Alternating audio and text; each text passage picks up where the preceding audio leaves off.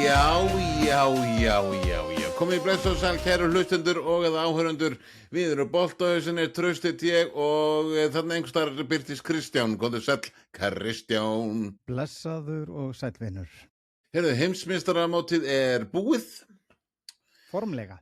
Formlega meira sé að búið þetta móti í haldafri Bandaríkjunum, Mexíkó og Kanada. Og við ætlum að renna svona aðeins yfir það og sérstaklega náttúrulega úrslitaleikin og svo leikurinn þriðja sætið. Nú það er búið að gefa út lista, einhvers konar lista sem við ætlum að renna bara hratt yfir með besta lið HM og svo annars vegar er ég svo með lista sem ég fann yfir versta lið HM. Svona ekki lið HM réttar sagt. Við ætlum að skoða það. Kristján er með áhugaverðan lið sem er launamál dómara á HM. Það verður áhugavert og svo slúður og ýmislegt fleira. Eins og heyri þá hefur við nóg að ræða. En við byrjum náttúrulega bara á HM. Að sjálfsögðu. En ekki hvað. Og byrjum náttúrulega að ræða byrjum bara að ræða leikinn sem var þriðja sætið. Já. Það var viðrétt Frakka og Englendinga og ég held í alvöru tala að þetta hafi raun og veru verið allra skemmtilegasti leikur á þessu HM. Já, veistu, ég er bara sammála þar. Hann var það. Við fengum allan nógu mörkum. Já, 10 mörk. Já, Frakkar ákvaðu í fyrir hálfleik að mæta bara varla til leiks. Akkurat. Englendingar voru komnir 4-0 yfir í fyrri hálfleik en þá ákvaðu Frakkarnir þeir komið seinni hálfleik að allavega mæta og vera kannski eitthvað með. Og Frökkunum þeim tókst að búa til spennu í þannig leik í raun og veru. Svo telli markaskorara bara Englendingana. Declan Rice hugsaði að skora strax á 3. mínútu, Konsa 18., Saka 37. og svo Saka aftur á 45. eða 47. mínútu. En í seinna hálfleik voru Frakkar snöggir að svara. Þeir skoruðu 3 bara ekkert á löngu millibili. Mbappe á 48. Barcola 54. og svo með Mbappe aftur á 67. mínútu. En svo fengu Englendingarnir víti á 85. mínútu sem Saka skoraði úr. Hann tók náttúrulega víti þannig að tryggsið þrennuna sem hann gerði. Já. Og svo Jude Bellingham skoraði 7. mark fyrir Englendingana. Eða svo Dembele skoraði þessu, gerði 4-5 hérna á 97. mínútu en svo 98. mínútu og þetta er ekki framlenging sko. Það var að bættu við þá Jude Bellingham skora 7. mark Englands og 4-6 var loka staða og Englendingar komnir í þriðja sæti lentu þriðja sæti í þessu móti og með þessi markatölu að skoða bara tölunar úr þessu leik. Heildina Englendingar 54% með boltanum á 46% og hvort liðum sig var með 2,88 í XG. Ég hefði búist við því að væri herra en svo var ekki og þetta var fyrri hálfleikur, þetta var versti fyrri hálfleikur Frakkar held ég næstu bara segi fyrr og síðar. Já, ég held að sjálf út að segja það. Já, ekki fyrir og síðar. Við getum alveg farið út í þau mál líka, sko, vilt það. Það er ekkert mál. En þetta var alveg skelfur fyrir hálfleikur að hálfu Frakka og greinlega DC Jams, hann hann skammaði sín og raunaði við leikmenn og enda staðan hreinlega, þetta var til skammar, hvernig fyrir hálfleikur var hér. Nú, þessi endurkoma er í raun og veru stórkostleg en duði þó ekki til eins og þú nefndir. En þetta er samt sem að þannig að þessi kaflaskipti sem áttu stað hjá Frakklandi voru ótrúleg, hreint út sagt. Og Hringi síminn alltaf hjá þér og venjulega gerist þetta hjá mér, já, ok. Nákvæmlega. og við erum að tala um það jú, sko, þegar Frakkar, ef við ætlum að skoða bara sögu Frakka á mótum, stórmótum, þá hafa þeir alveg átt það til að tapa svolítið stórt. Nú við getum bara horft til riðlakeppni Evrópumótsins 2008, töpuðu 3-0 á móti Hollandi, þeir hafa tapað 2-0 á móti Þýskalandi, 2-0 á móti Spáni 2020, en stærsta tap Frakka, og það stærsta tapið í sögunni á Ólympíuleikum, það var á móti Dönum 17-1 1908, en það er langt síðan það var. En svona Já, bara það er til nokkur strá síðan. svona smá salt í sárin, skiljum En takk fyrir að koma just, vá, þetta var vel gert hjá þér. En Frakkar vita það vel sjálfur og að þessi leikur hann var mjög kaflaskiptur og þeir eru óhressir með sjálfa sig, en heilt yfir þá það bara þannig, og ég ætla bara að leyfa mér að segja það, að Englendingar áttu þetta skilið.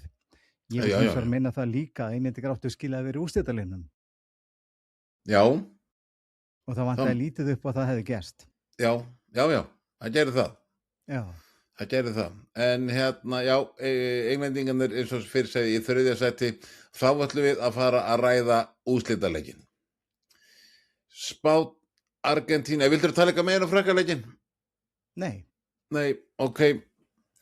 Bara, já, förum við yfir úrslitaleikin sem fyrir sagði Spánn, Argentína. Sagði örugglega annað áðan, en Spánn, Argentína var það. Þarna var Evrópumeistararnir sem að hittu heimsmeistarana í leik, og það var, má segja það hafi bara einfallega einn leikmaður hjá Argentínu actually spilað eins og Argentína vanur að gera. Það var Martínez, markvörður hjá Argentínu.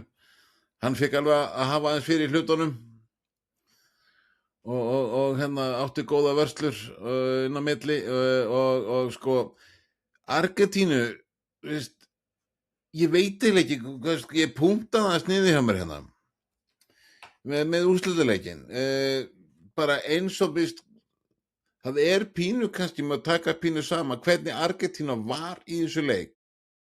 Það til dæmis það, þegar að rauðaspjaldi koma á Enzo Fernández, þá náttúrulega komu menn eitthvað saman og allt í einu hleypir Messi til dómara því að hann vill láta reka Cucurella út af því að hann sagði að hann hefði haldið fyrir munnin á sér. En ég man, hann gerði svona með 2 puttum eitthvað, svona bendi eitthvað. Já. Og Messi vildi fá dómaran í skjáin, og þetta var allt skoðað og náttúrulega bara ekki gert í þessu. Þetta var svona karakterinn hjá Argentínu. Þetta var karakterinn hjá Argentínu, en ég var mjög hissa á Messi. Já, Þarna. Og mjög. Ég verð bara að segja alveg sér að ég búin að tala um að Messi sé bestur í heimi og bara bestur í sögunni. Það sem hann gerir þarna, veist, það bara hrundi niður álitið mitt á honum. Hann samt sem ennþá besti í heiminum, bestur í sögunni. Já, En mér fannst þetta bara skelfilegt að sjá hann falla í þessa gryfju og ætla sér að reyna að veiða einhvern mann út af fyrir, afsakið orðbragðið, tittlingaskít. Ég skil ekki á hvað stað menn eru þegar menn eru komnir í lokaleik einhverju stæðsta móti bara sem þú getur tekið þátt í á þínum ferli, að þú leyfir þér að fara á þennan stað að reyna að veiða menn út af með þessum hætti. Þetta var aumingjavert. Já, þetta var það. Bara svo fólk átti sig á, menn kannski ekki fatta það, áttu að horta á leikinn, sko tölfræðin í þessum úrslitaleik. Já. Sko Spánverjar eru 65% með boltanum átti 35%, XG Spánverjar með 2,29 og meðan að Argentína með 0,22, og by the way, þegar held ég 80 mínútur voru búnar að leiknum, þá var XG hjá Argentínu 0,0. Þeir hafðu ekki átt 1 skot á markið. Akkurat. Sem bara, maður bara spák býtur, hvaða argentínska lið var að mæta enn til leiks. Já. og Þeir, já, haltu áfram. nei, bara þú truflar rytma maður, Já, fyrir ekki. Nei, ég ætlaði bara að segja það, Trausti, að hérna, ef við fyrir að skoða þennan leik bara varðandi raun og veru söguna og bara, við erum já að tala um Argentínu sem eru, sko, hérna, sem voru heimsmeistarar og voru raun og veru að verja sinn titil sem heimsmeistarar. Þeir mættu þennan leik taktlausir, þeir mættu þennan leik með því að huga að meiða leikmenn, með því að huga Já. að reyna að vera harðir, með því að sko gera allt annað en að spila knattspyrnu. Og það er athyglisvert hvernig í raun og veru Argentína er á þessum stað að spila þennan úrslitaleik. Því að þetta mót fannst mér Argentína sína mikið af veikleikum og eins og ég segði að hérna, mér finnst það átti ekki skilja við úrslitaleiknum, mér fannst England átti skilja við þar. En þegar kemur úrslitaleiknum sjálfum, þá er þetta bara leikur sem að hérna var einstefna í raun og veru og Spánn hefði átt skilja að vinna þetta stærra. Ég ætla líka bara að segja það að hugafara leikmanna Argentínu var ömurlegt frá fyrstu mínútu og frammiðu þeirra þá síðustu. Það er að segja, jafnvel þótt að leikurum var flautar af. Þeir voru ömurlegir á öllum sviðum sem viðkemur þessari íþrótt. Þeir voru til skammar fyrir þetta mót, þeir voru til skammar fyrir sína þjóð og í raun og veru vill ég núna að FIFA gerði þessi brókina og fara að herða á beltinu og sína það að þeir eru með smá pung og refsi Argentínu fyrir þeirra framkomu, hvernig þeir voru, fyrir það hvað þeir gerðu eftir leik. Þetta var til að háborna skamma. Já, þetta var raun og veru ekki rosalega flott að sjá hvernig þeir huguðu sér eftir leik. En Nei. sko til að zooma inn, mjög harðorður hérna í orð Argentínu enda líka kannski gerði maður kröfur. Maður gerði það. Að sjálfsögðu. Raun og veru sko, af því að tölur að raun og veru ljú ekki, það er sagt að heildarskot,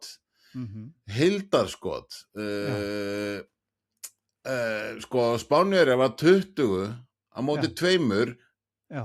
en á ramman 12 á móti engu. Akkurat. Á móti engu. Og hérna, sko, XG í opnuleik er Argentína með XG upp á 0,03. Veistu, við tala um Argentínu, sko. Sko, jú, ég veit, leikmenn eru þreyttir. Við vitum það. En Spánverjar er náttúrulega líka.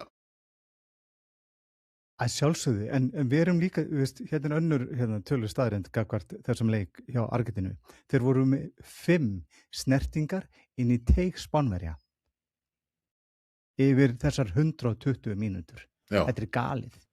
En sko, já, ég var ekki að segja það, náttúrulega Spánverjar skoruðu eina mark leiksins í byrjun seinna leiks í hérna frammenningunni.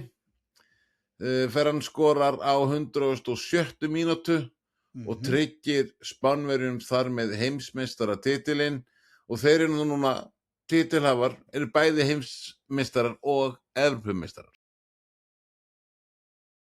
Argentínumenn voru með 28 tæklingar, hérna, sem sagt, það sem voru dæmd brot, en hérna, við vitum alveg hvernig það var líka.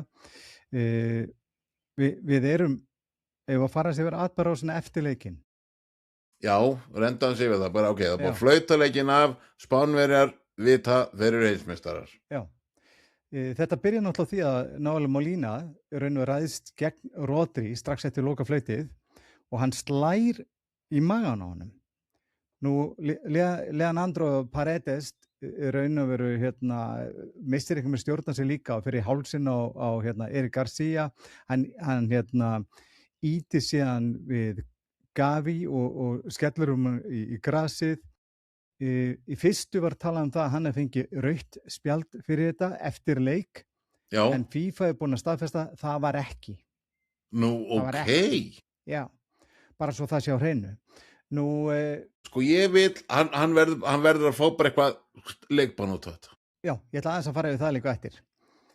Nú, það er alveg þannig að við erum að tala um það að hérna, eftir leik, það var aðeins einn leikmaður sem gekk völlinn og tók í hönd á öllum leikmönnum Spánar, það var Messi. Engin annar leikmaður Argentínu gerði það. Hann sýndi þá þann manndóm í sér. Já, en síðan það þannig að við erum að tala það. Ég fór að skoða hvað getur FIFA gert gagnvart refsingarammanum, gagnvart refsingaramma FIFA út af þessu sem að gerist eftir leik. Nú, við erum að tala það að Paredes, hann var náttúrulega mjög harður, hann var mjög aggressífur. Og mjög grófur í leiknum, sko. Mjög grófur í Áttu að vera búin að fá rautt, sko. Já. Molina slær Rodri og þetta myndbundaði. Hann gæti fengið 4-6 leikja bann.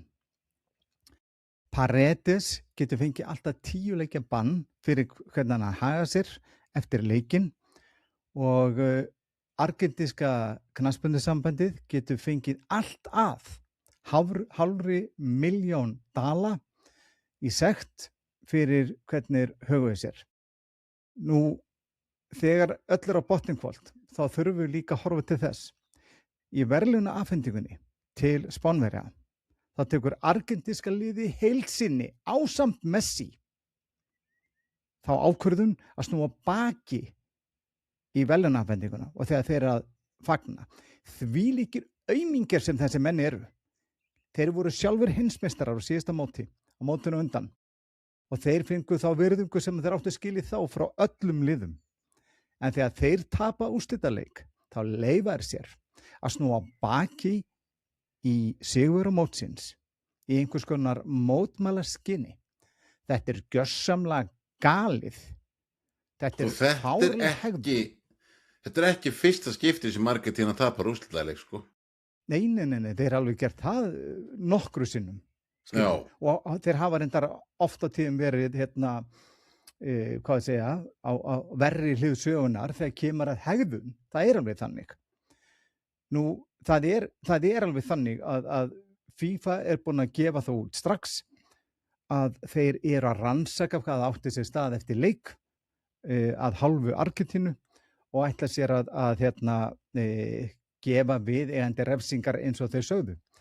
Ég er allavega á því að þegar við tölum um refsingar gagnvart liðum, þá verðum við líka bara að horfa til þess. Vist, þessir leikmenn, þetta eru fyrirmyndir. Þetta eru fyrirmyndir sem að börn horfa á og líta upp til.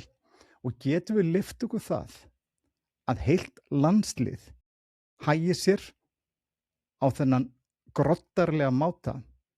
Það er ekki nóg að refsa eingöngu Paredes, það er ekki nóg að refsa Molina.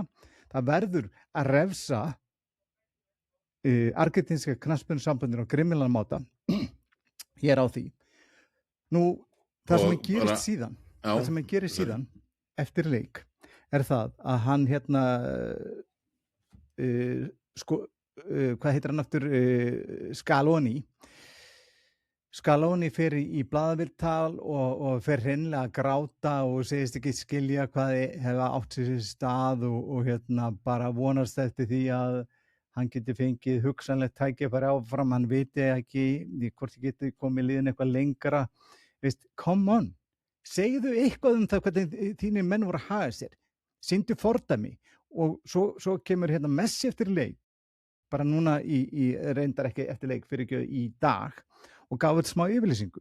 Það sem yfirlýsingi hans var raunveru bara mjög einföld. Hann var að tala við argentísku þjóðina, við getum leitt að við náum ekki að vinna, við erum allir niðurbrotnir, við erum allir svektir yfir því, við reyndum okkar besta, við vorum með stórkostleg comeback í þessu móti, en við náum ekki að vinna. Ekki eitt píp frá fyrirliða Argentínu það að þeir hefðu átt að hafa sig betur. Ekki eitt píp frá þjálfarunum. Þetta segir mig það að egoismi liðsins er svo ofsafengin að þeir geti ekki eins og horft í eigin barm það hvernig þeir voru, hvað þeir gerðu og hversu mikið þeir voru til skammar, ekki eingöngu fyrir sína þjóð, heldur fyrir þessa íþrótt. Já, Risa orð frá honum Kristjáni, hann ertu búin að hella núna þá úr skálreiðinar? Nei, ég ætla að Nei, koma ok. með smá bara undir lokin. Já, Bara bara til þess að- klára þetta. Já, ég ætla bara að klára varandi Argentínu. Á þessu móti, þeir voru eina liðið það sem að var ákvörðun fór ekki gegn þeim. Þeir voru sem sagt með flest brot en fæst gulspjöld. Engin rauði raun og veru fyrir en í lokaleiknum. Þeir voru með flest víti dæmt sér í hag. Þeir voru með flest mörk tekin af andstæðingum gegn sér og og flest lið sem voru voru að spila mótið þeim, þeir fengu gulspjöld. Og undir lokin, eins og ég var bara að nefna áður, þeir þurftu að ferðast allra minnst.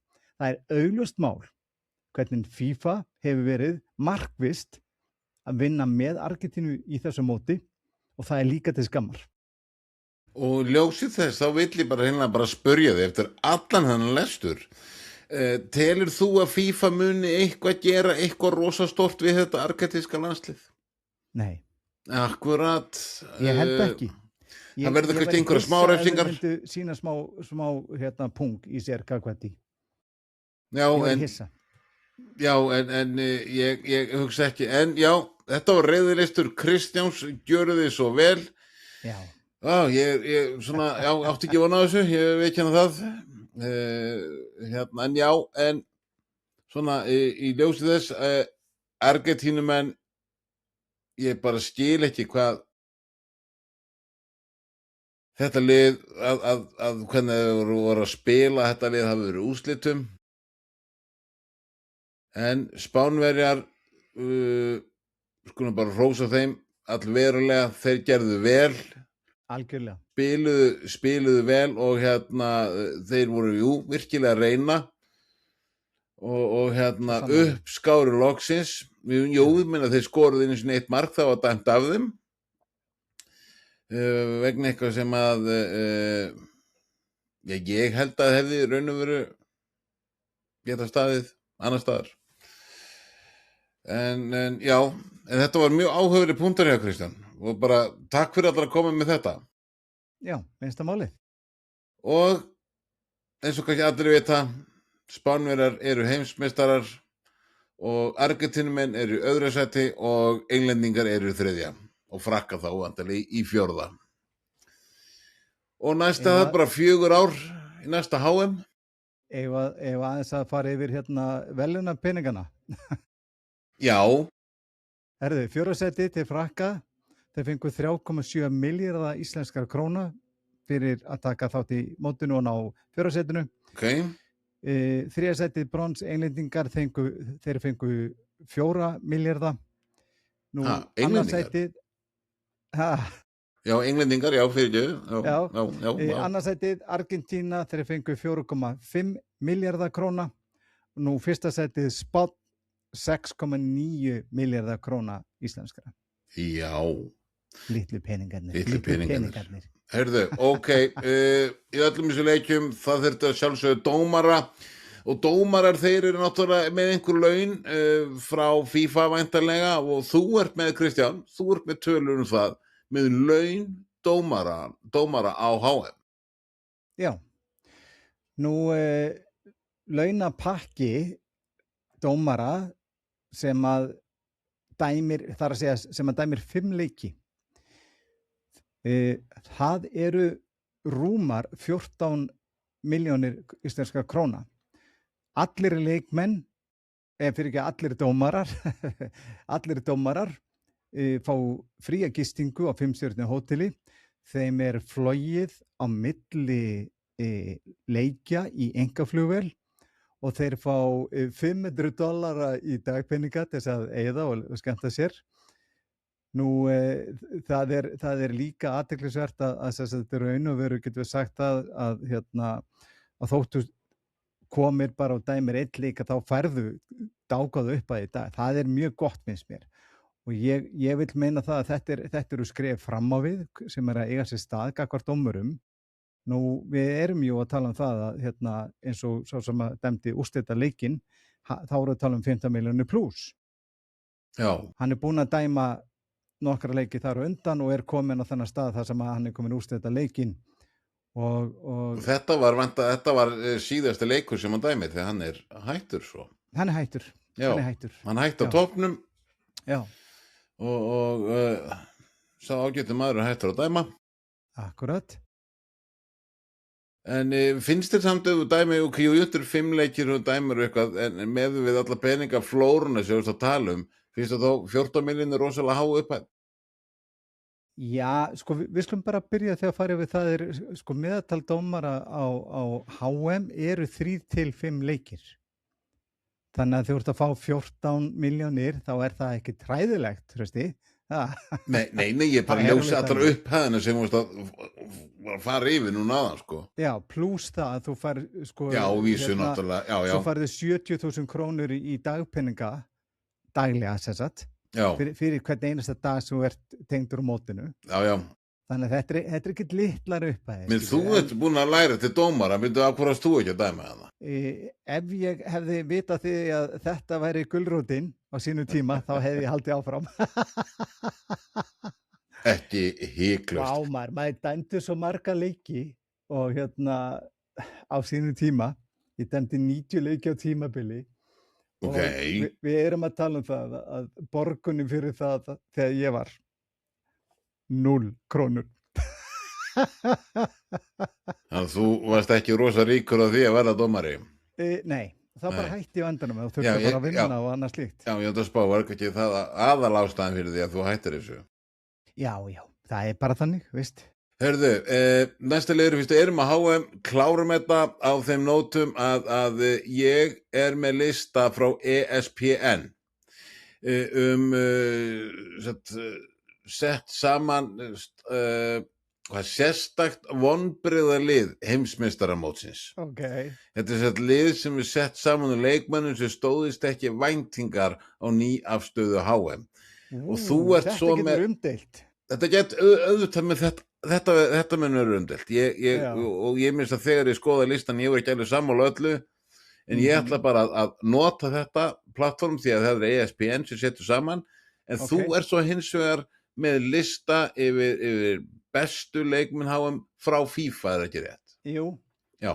Ég veit ekki hvernig hann lítur út, þú veist líka ekki hvernig þessi lítur út. Já.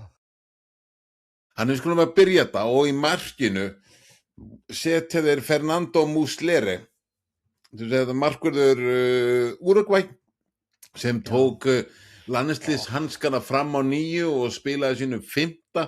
heimsmeistaramóti með Uruguay. Greið var reyndar alveg hrikalega lítið. Ég verð að vera sammála þessu. Því miður, kallinn minn, ég er sammála þessu. Já, hann hefði átt að sleppa því að snúa aftur taka aftur landsliðshanskana fram. Það er svolítið grimmt að segja það, en í ljósi hvað gerðist á mótinu, já. Já. Hörðu, ESPN setur svo Kimmich úr þýska landsliðinu sem var látið spila í hægri bakverðinum. Þeir setja hann þar, en hann er náttúrulega ekki í sínu uppáhaldsstöðu sem varnartengilegur og þeir bara setja fram að þessi ákvörðun Nagelsmann bara gekk enga veginn upp og Kimmich var í vesinni bara einsórunur bara allt eiginlega þýska landsliðið. En hugsaður út í þetta. Við erum að tala um Kimmich sem er stórkostlegur leikmaður. Er Þýskalandi alveg ekki með mann til þess að fylla stöðuna? Nákvæmlega. Þeir eru með menn. Já. Þannig þetta er Nagelsmann. Já, þetta er Nagelsmann. Nú þeir setja Van Dijk hérna í varnarlínuna, sagt að hann þarf að axla ábyrgð á lélum varnarleik hollenska landsliðsins. Og svo setja líka Mark Guehi sem er vísu mér fannst að átt nokkuð fínt mót. Og þeir setja það. Þessa tvo. Nei, sko, segja hann ekki átt fínt mót fyrir England, þar til komað undan úrslitum. Hann verið miklu vesinni gegn Argentínu og setja líka Nico O'Reilly. Hann er einnig valinn í þetta vonbrigðalið en honum tókst ekki að líða vel í stöðu bakvarðar í enska landsliðsbúningnum. Þetta er vafasamt Já, en jú, ef við ætlum að vera svolítið svona harðir og horfa á þetta þannig að þetta eru stór nöfn og þar að Já, leiðandi það er eiginlega málið að þeir lenda hana út af því þetta eru stóru nöfn. Þau eiga eftir stærri nöfn líka hana. Það var erfitt mót fyrir Úrugvæ, fyrirliðin Fernando Valverde. Já. Hann náði ekki að hafa nægilega jákvæð áhrif, hann er hérna nálægt miðinni og einmitt. Já, það er bara engin áhrif, Trausti. Við skulum bara tala hreint út, hann hefði engin áhrif. Og svo eitt sem að maður sem ég raunveru batt mikla vonir við á þessu móti var, ég var fyrir vonbrigðum með hann, það er Scott McTominay. Já. Hann var frábær fyrir skósta landsliði bara í aðdraganda HM. Já, ég saman. Svo bara var hann eina hálf ósynlegur. Já, þetta er frábær tímabil á Ítalíu líka. Já. Kemur í mótið og kannski eins og fullmargir í liði Skota voru bara ekki mættir. Já, og ég var fyrir vonbrigðum með Scott McTominay. Ég missa myndi setja hann sjálfur. Já, ég sammála. Herðu, Bruno Fernandes, hann mistókst náttúrulega að sína sömu hliðar á HM og hann gerði fyrir Manchester United, en þar er tekið fram að þar gæti haft áhrif að sóknarleikur Portugals var byggður í kringum Cristiano Ronaldo. Eins og við vitum. Ok, en nú er ég með einu spurningu til þín hvað þessu. Ok. Er Bruno Fernandes í heimsklassa? Já, ég myndi setja þar. Já. Ég segi nei. Ok. Mér fannst hann sína það. Maður í heimsklassa, hann hefði spilað í sinni stöðu, hann hefði gert betur þótt að upplæg liðsins snúist Cristiano Ronaldo því að einfallega vegna þess Trausti að hann fekk undirbúningstímabil með landsliðinu og vissi nákvæmlega hvernig átt að spila.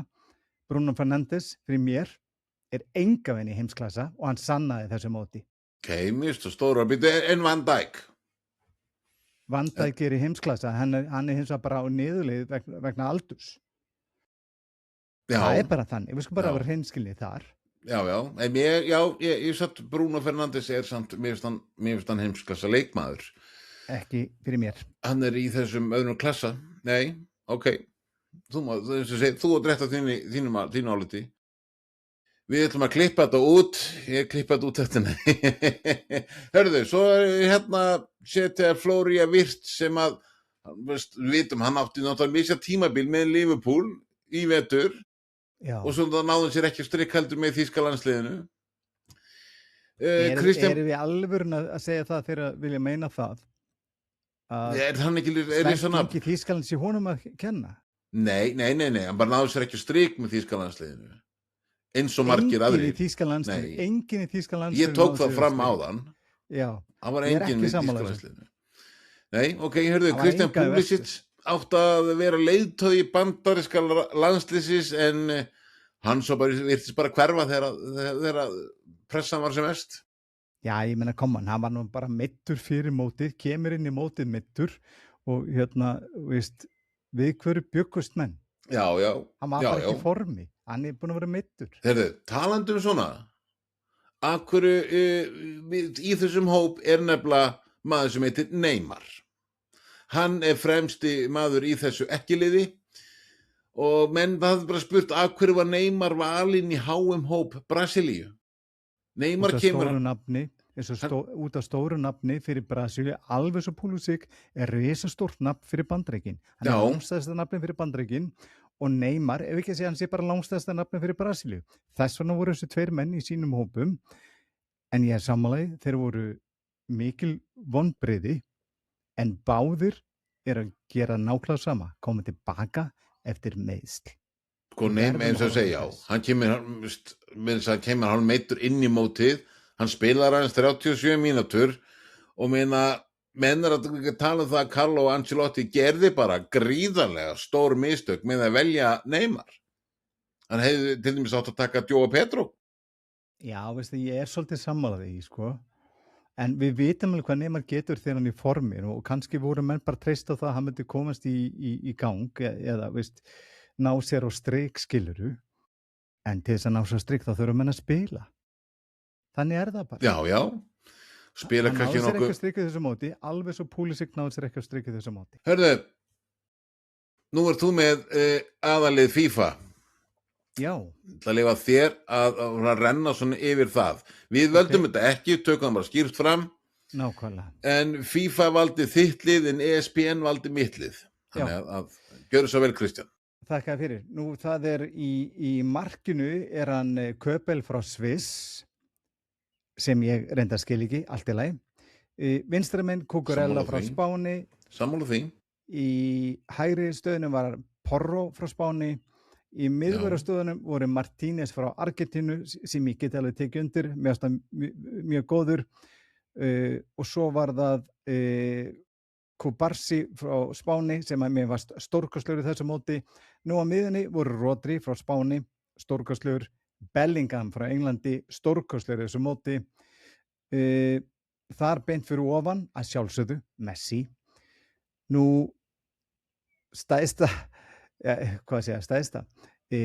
já, það sem ég var mest hissa á, bara, ég bara skilit ekki, en einhvað síður.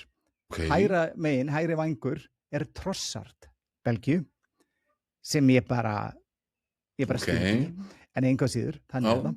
Vinstra megin settur Kylian Mbappe og á toppnum Holland. Já. Og því horfið við þetta lið, þá finnst mér sérstakt með Trossard og sérstakt með Köpel. Já, ég að sammála þetta svona með þeir sem kannski sett spurningamerki við, en ég var samt ógeðslega til að sjá þetta lið spila. Já. Kannski gætir verið frábæri og væri örugglega frábæri, en við erum jú að tala risa nöfn í hildina. Ekokallar. Já. Það er það. En Kylian Mbappe, hann sló markamet á þessu HM og markakóngurinn, fekk gullskóinn, skoraði 10 mörk og hvað, er hann ekki bara búinn að skora flestu mörk bara ever á HM? Jú, hann er komin í 22 mörk. Og getur enn bætt við það. Já.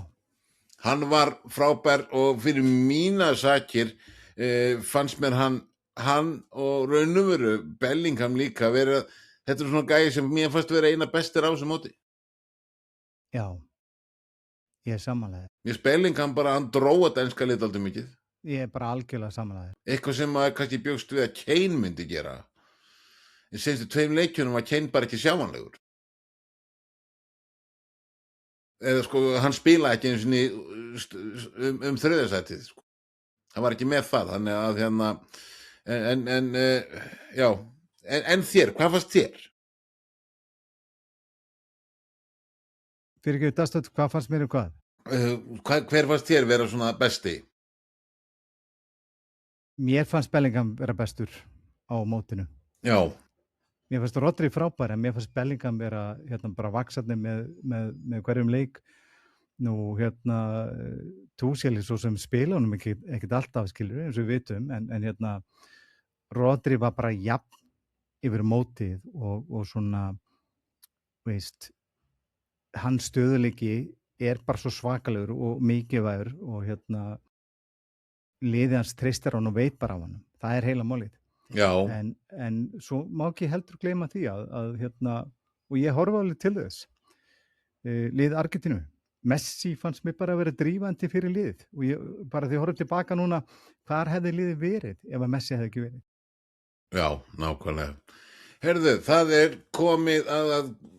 er komin út heimslisti. Já. Nýr heimslisti mættur á svæðið. Við Íslendingar erum í 74. sæti á styrkleika lista FIFA. En liðið hefur náttúrulega verið á þessum slóðum síðustu 3 ár. Já.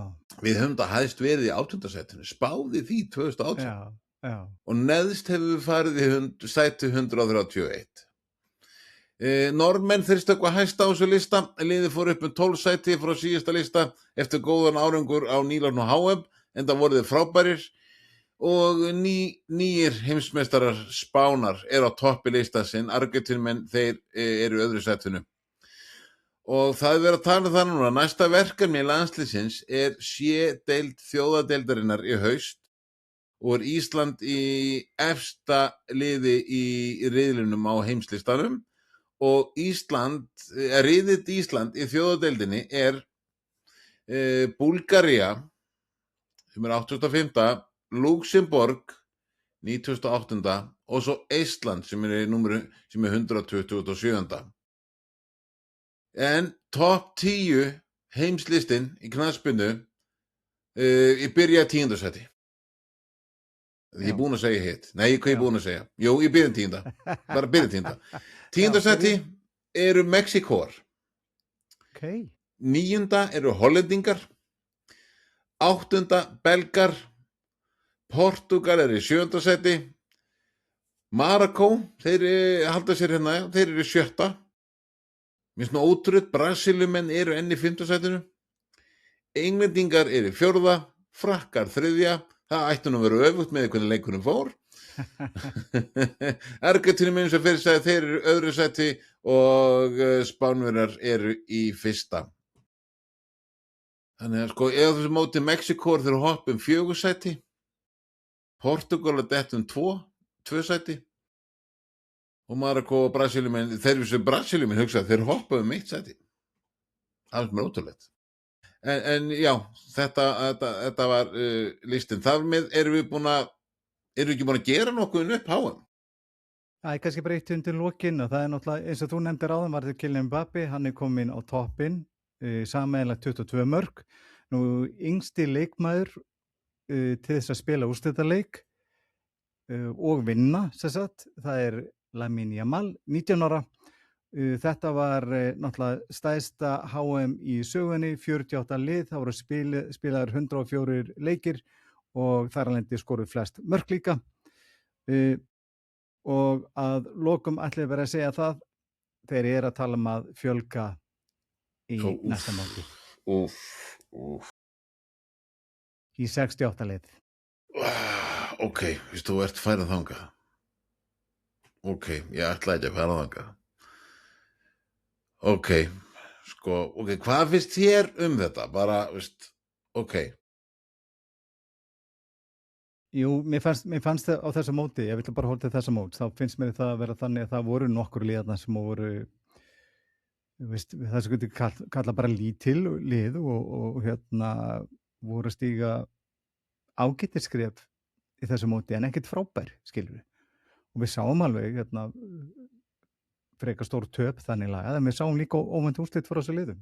Þannig að ef við ætlum að fjölga upp í 68 lið, þá getum við gert ráð fyrir því það verður 64. 64. Ok, ég er með þennan að að þetta hefur verið hávær umræða að stekka HM í 64 lið og riðlakeppni með 48 liðum þykir ekki hentug tala.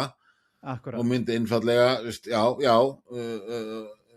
og ýmislegt að vera með 64 liða riðlakeppni þar sem 2 efstu lið hvers riðils kæmust í 32 liða úrslit.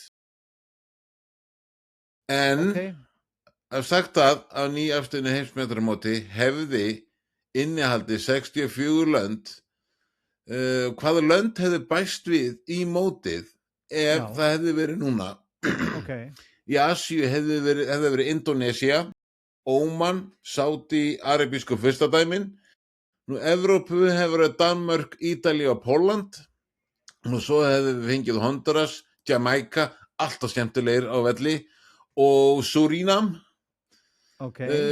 Svo Bolivia, Venezuela, Nýja Kalendína, svo Burkina Faso, Kamerún, Gabon og Nígería. Þetta þau sem hefðu verið með í riðlakeppninni. Við Íslendingar erum ekki hérna á þessum lista, en þarna til dæmis hefðu Danir komist það fram. Og Ítalir. Já. Og Pólverjarnir.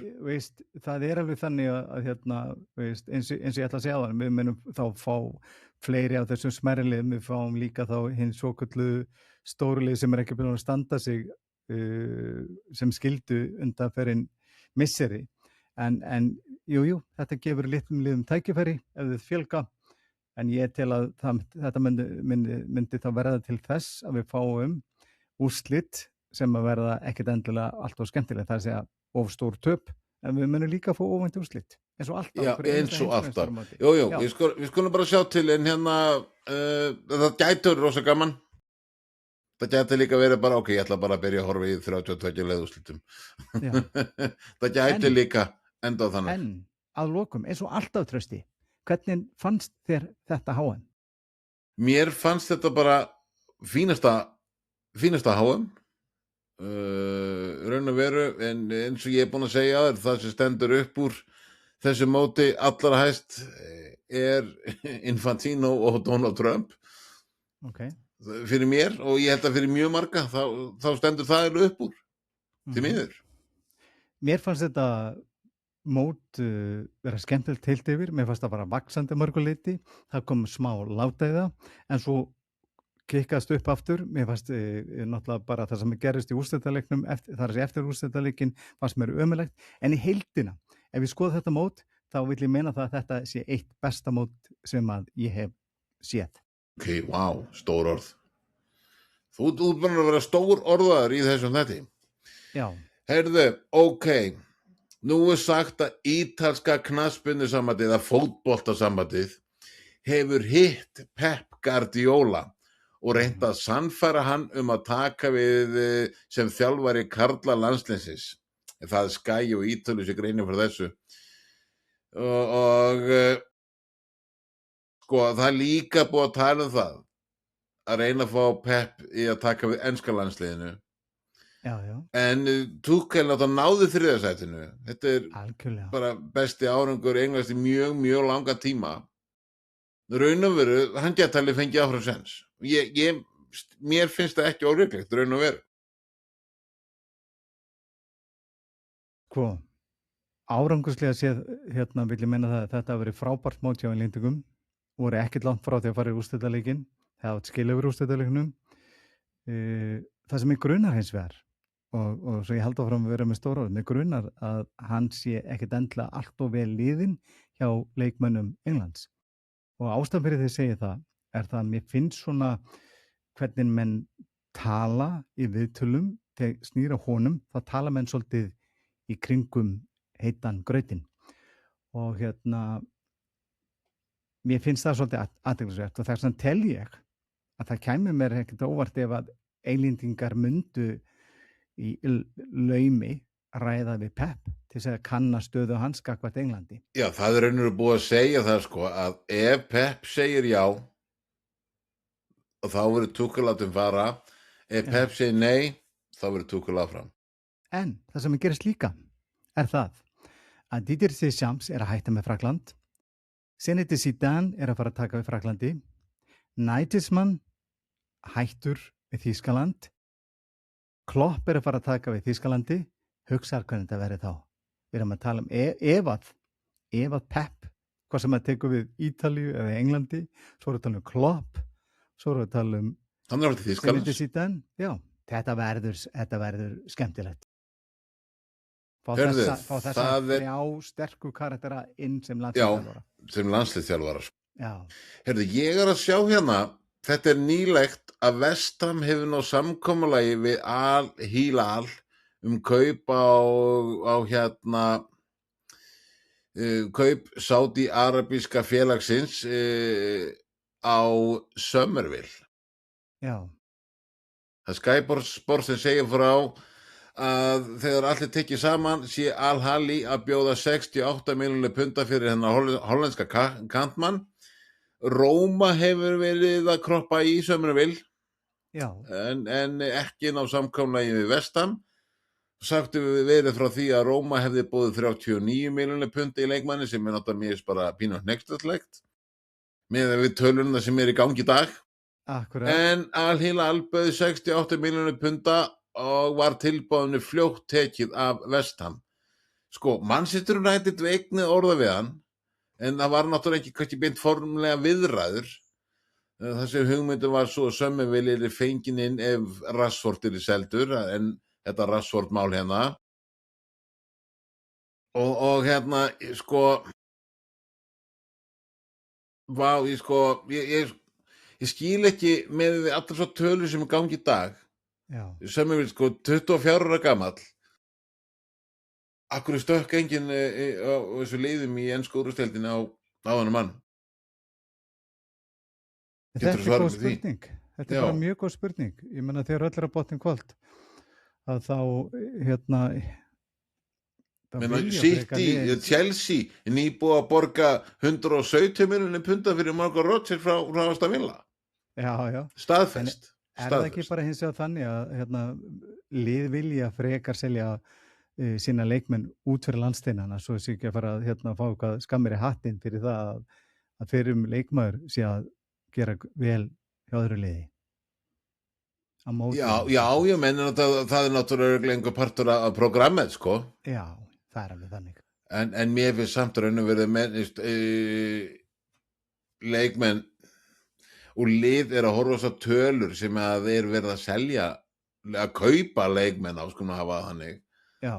Þá eru 68 milljónir punda ekki stæðsta upphæðin fyrir svona leikmann.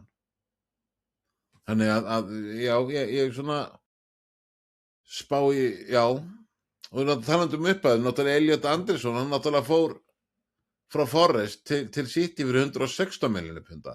Já. Sem gerði hann að dýrasta enska landsliðsmanni, leikmanni sögunar. En svo náttúrulega kemur Morgan Rodgers og bæti meti þar sem hann er að fara fyrir 117 milljónir punda til Chelsea. Akkurat. Ég meina þessi gluggi er náttúrulega búin að vera svolítið í stórum upphæðum. Það er alveg út að segja það. Svo menn að tala að Liverpool hafi borgað mikið fyrir, jú, kannski Virts og Ísak, hann sást nú ekki til Ísak. Skulum við vera viðurkenna, segjum bara sannleikann. Og Virts var kannski ekki alveg í sínu stöðu hérna, ég veit það ekki. En já, þetta verður áhugavert. Það eru sömu lið þannig í ensku úrvalsdeildinni sem eru á markanum, þau eru að gera eitthvað, þau eru að bæta sig. Ég sé ekki mikið til þess að liðin sem Manchester United, ekki mikið þar. Það er mikla vangaveltur í kringum Arsenal, þeir eru mikið og alls konar steindautt hjá Liverpool. Já.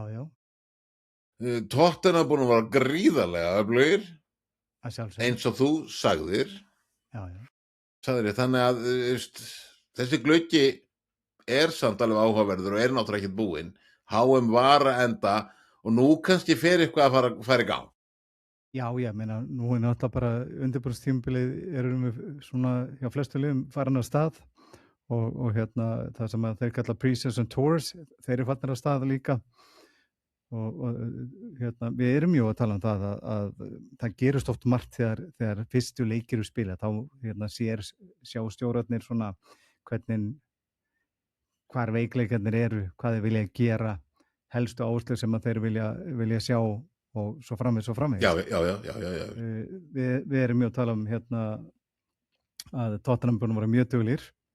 Virkilega, bara þú lítur að vera í skýjunum. Þínir menn í Liverpool eru farnir til Bandaríkjanna. Já. Og eins og komið nýr alltaf markmannsþjálfari. Já. Og eins og alltaf hjá Liverpool þegar þeir eru farnir af stað í sín hérna undirbúningstímabil, þá fara einhverjir hlutir að gerast. Það Barcola-mál hjá Liverpool er rosalega, flýtur rosalega ofarlega. Já, Barcola frá Paris Saint-Germain. Já. Flýtur alveg rosalega hátt. Ég sko sá einhvers staðar, þetta er ekki allt svona óformlegt að Liverpool hafi boðið eitthvað 85 milljónir punda. Já. Svona, kannski bara einhverja þreifingar. Já. Svo sem ekki komin inn að fréttur um þetta, ég er bara svona, já, þetta er svona óformlega fréttur sem ég fekk. Akkurat. Með það en það er til fleiri leikmenn en hann, Liverpool verður að fara að gera eitthvað, sko, það er svo margir farnir. Það er alveg hreinu. Hann lýst henni yfir, hérna, sá ég allavega það að hérna, hann vildi að allir leikmenn litið þannig á að þeir væru bara nýbúnir að koma til Liverpool og allir væru á 0 punkti hjá sér. Já. Það er jafn að öllum. Það breytir engu hvað það heitir. Nei, sem er bara frábært. Já. Og þarna fá allir séns og vilja síni sig náttúrulega til dæmis eins og Elliot sem var náttúrulega út í kuldanum hjá Aston Villa út af samningum milli Villa og Liverpool. Hann er kominn og já. við ætla að reyna. Hann Ha, gæti svo sannarlega nýst betur fyrir það kerfi sem að Íriola spilar heldur en nokkuð mann sem að Slott spilaði. Já, já. Sama við Curtis Jones vil ég meina. Já, ég er nefnilega þetta mikið orðað, Curtis Jones er mikið orðaðar við Ítalíu og annað. Fyrir mína part að ég vil halda Curtis Jones. Já, Og hendur hann bara betur. Já, og stundum þegar með Sáttums Elliot var að spila, mér fannst hann oft koma alltaf vel inn í lið. Já. Ég sá hann náttúrulega ekkert í fyrra, sko, þannig að... Nei, það sá hann enginn í fyrra. Nei, ekki neitt, sko. Þannig að, já, hörðu, svo náttúrulega segja frá því sem að ég er nú ætlaði að byrja þáttun á, en það er að Kevin Keegan, svo stóra magnaða fótboltahetja er fallin frá. Blessus minning hans. Lést í gær. Já, lést í gær og krabbameini sem að Karl Greif var búin að slást í mörg ár. Þetta er maður sem vann til dæmis 2 sinnum Ballon d'Or. Akkurat. Þannig að þetta var stórt nafn. Já. Féll þar frá. Þessi minning hans, Kevin Keegan, náði að vera 75 ára gamall, skilur eftir sig sko gríðarlega sögu. Þetta er drengur sem að bara ferillinn hans í heild sinni sem leikmaður var stórkostlegur og svo átti hann flottan feril sem stjóri líka. Já. Þannig að bara blessa þessi minning hans og við... Og bara takk fyrir okkur samt. Akkurat, takk fyrir góða skemmtun. Gaman að njóta hæfileikana. Já. Herðu, ertu með eitthvað meira? Nei. Þegar þú fyrir slúðrið eða? Já, stökkt í slúðrið. Stökkvað í slúðrið bara, nýjasta slúðrið, svona eftir HM, en sagt að það að Manchester United leiðir kapphlaupið franska miðjumanninn Manu Kone, 25 ára leikmann Róma, sem var actually frábær á HM, en Arsenal hefur sömuleiðis áhuga á þessum leikmanni. Nú, Arsenal hefur endurvakið áhuga sín á kantmanninum Nico Williams, 23 ára leikmann Atletico Bilbao. Hann var heimsmeistari með Spáni og er sagður verið með 77 milljóna klásulu í samningi sínum. Er þetta ekki eitthvað sem að Arsenal menn ætti að skoða? Klárlega. Er það ekki? Hann búin að orða við lið á Englandi í bara mörg ár. Og náttúrulega það sem er að gerast núna náttúrulega er bara það. Það eru fleiri leikmenn orðaði við ensk lið. Já. Frá Spáni. Frá Spáni. Veist magnað í slúðurinn er talað að það með þetta Vestan hafi hafnað tilboð Róma í Summerville. Þetta var eitthvað nýtt sem ég var að koma fram með frá Al Halil, segi ég. Já. Með Vestam og Summerville. En Summerville var líka blaði hjá einmitt sér það, sem mögulega ártaka Morgan Rodgers. Þetta Aston Villa var með sem Villa blaði, þeir náttúrulega gera ekki neitt. Þannig að sérðu sko, það er slúður á aðeins önnur lið á Englandi að vilja fá hann, en það skeiði svo ekkert. En þetta er náttúrulega ekki staðfest að Summerville sé að fara í Saudi, en þeir samþykktu allan tilboðið. Og ég gíska nú á það að tölunar og blaði til Summerville verður örugglega þannig að segja já, sko. Það eru örugglega tölur sem er ekki séð áður. Nú, Barcelona hefur boðað Ferran Torres, 26 ára hetju Spánar, á sunnudag á fund til að ræða framtíðina. Samningur spænska framherjans rennur út eftir ár og hefur PSG sýnt honum áhuga á Barcelona. Þeir vilja reyna að passa það að geta haldið honum. Nú, Ipswich hefur náð samkomulagi við Fulham kaup á miðverðinum Issa Diop, 29 ára fyrir 10 milljónir evra. Þetta er nú ekki stóru upphæðnar með það sem við erum að tölum í hverjum þætti. Og svo er sagt að Newcastle og Leeds eru meira þeirra félagi sem fylgjast með framherjanum Frankulo Du hjá Midtjylland. Og danska félagið vill frá 21 miljónir punda fyrir leikmanninn.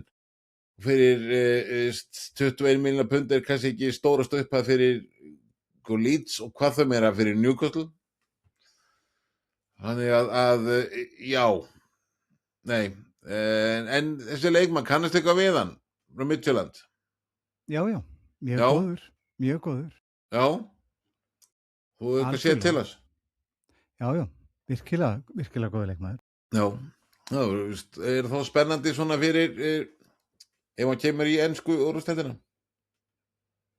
Já, magnað. Það er Algjörlega. magnað. Heyrðu, já, ert þú með eitthvað meira?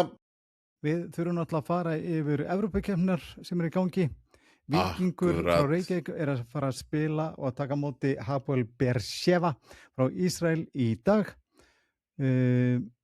Svo er það á morgun, ef ég man rétt. Var það ekki? Nei, það var ekki á morgun heldur, var það á fimmtudaginn. Ég man þetta ekki nákvæmlega. Við erum að finna út úr þessu. Það var á fimmtudaginn sem að, hvernig var þetta? Hvar er Stjarnan? Þeir eru þarna líka. Af hverju finn ég þetta ekki? Ég var með þetta á þann. Það er frábært. Það er hann sem átti að vera með þetta á hreinu en hann náttúrulega Þeir eru hérna einhvers staðar. Stjarnan, vil auglýsum eftir þér, þú ert hérna einhvers staðar. Stjarnan er að taka á móti Íls frá Finnlandi og, já, og í sömu keppni er Valur að fara að taka á móti Strinitski Mostar.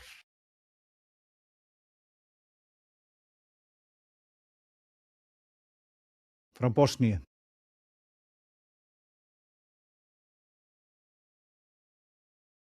Já, náttúrulega bara, ef við ætlum að fyrir bara í Víking Reykjavík móti íslenska liðinu Beersheva, þá vil ég minna að þetta sé alveg hrikalega erfitt verkefni, en ég hef trú á Víkingum, þeir munina og úrslit segi ég.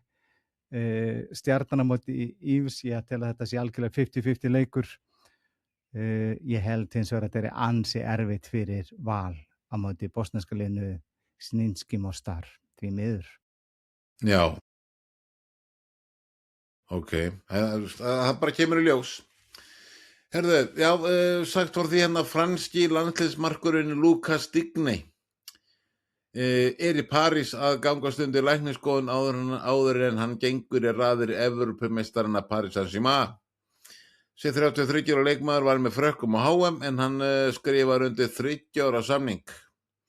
Nú, Digne mun keppa vinstri bakvarðarstöðunni hjá PSG við Nuno Mendes. Og PSG þeir nýttu riftunarákvæði samningi Digne við Aston Villa og kaupir hann á hugsaðir. Aston Villa missir hann á 8,5 milljónir punda. Já, ég meina mér finnst Digne ekkert frábæra leikmaður, skilur, en hérna, þetta er fáralega lítil upphæð. Já, það er svona, já. En hver er þetta staðanans verði hjá París? Lítil sem engin. Sorry, þannig sé, bara mér finnst þetta bara persónulega mín skoðun, bara hann ekkert hann góð leikmaður. Já, persónulega þín skoðun, já. Þú er alveg rétt á henni. Þakka þér fyrir. Eins og hérna, herðu, en hérna, því að tala Manchester United áðan, þeir náttúrulega hafa fest kaup á kantmanni heitir Thompson sem kemur frá Tottenham, 18 ára, mikið efni. Já. Hann skoraði 13 mörk og lagði upp 6 fyrir undir 18 ára lið Tottenham á leiðinu tímabili og á að baki 7 leiki fyrir enska U18 landsliðið. Þannig að mjög svektur, ég ætla bara að segja það.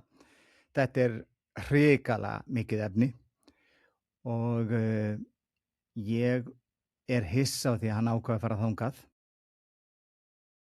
En ég held því miður að þetta sé svolítið mikið peningar sem þau buðu honum, móts við þessum að Tottenham ætlaði buða honum.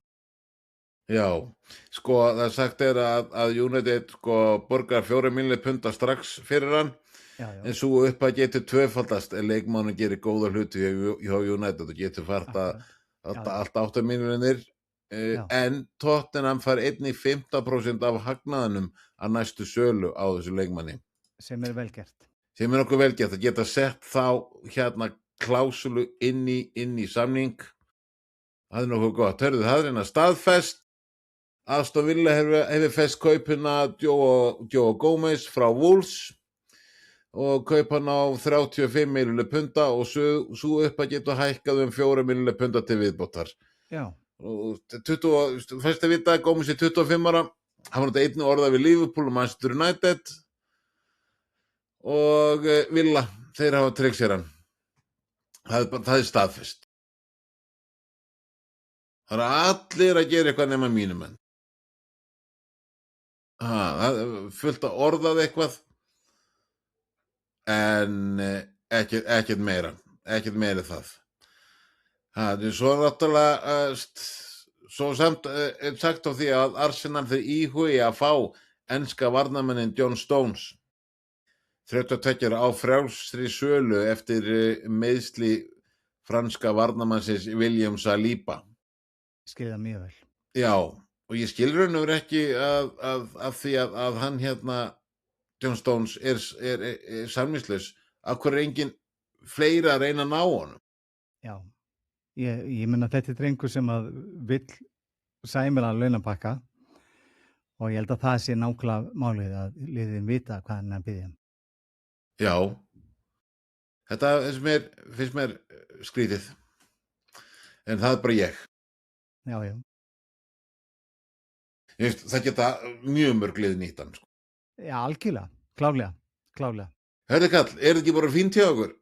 Jú, Loka það er bara þannig. HM þáttur og nú höldum við bara ótrúður áfram að ræða ensku úrvalsdeildina eftir þetta, en Kristján minn, það er komið að þér, gjörðu svo vel.